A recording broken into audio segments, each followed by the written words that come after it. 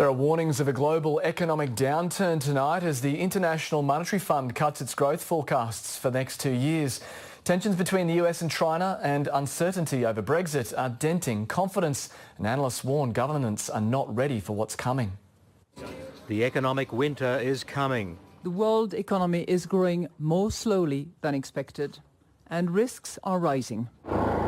On the eve of the World Economic Forum in Davos and following confirmation of a slowing Chinese economy, the IMF cut this year's global growth forecast from 3.7 to 3.5%. The slowdown is coming at a very difficult time.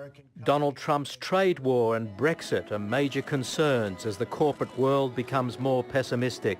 A global survey of CEOs showed a sharp rise in the number of business leaders who believe growth will fall. Many respondents were Australian. They see that trade conflicts or trade frictions are a barrier to global growth, and that has potential impacts into the Australian market. Last year, Chinese CEOs considered the US the most important market for growth. Australia didn't even rate. This year, as the trade war intensifies, Australia has become the favoured destination, eclipsing all other countries. But Australian companies are complacent. We see Australian business as slow to adapt and slow to see opportunities either for new growth or to head off trade problems.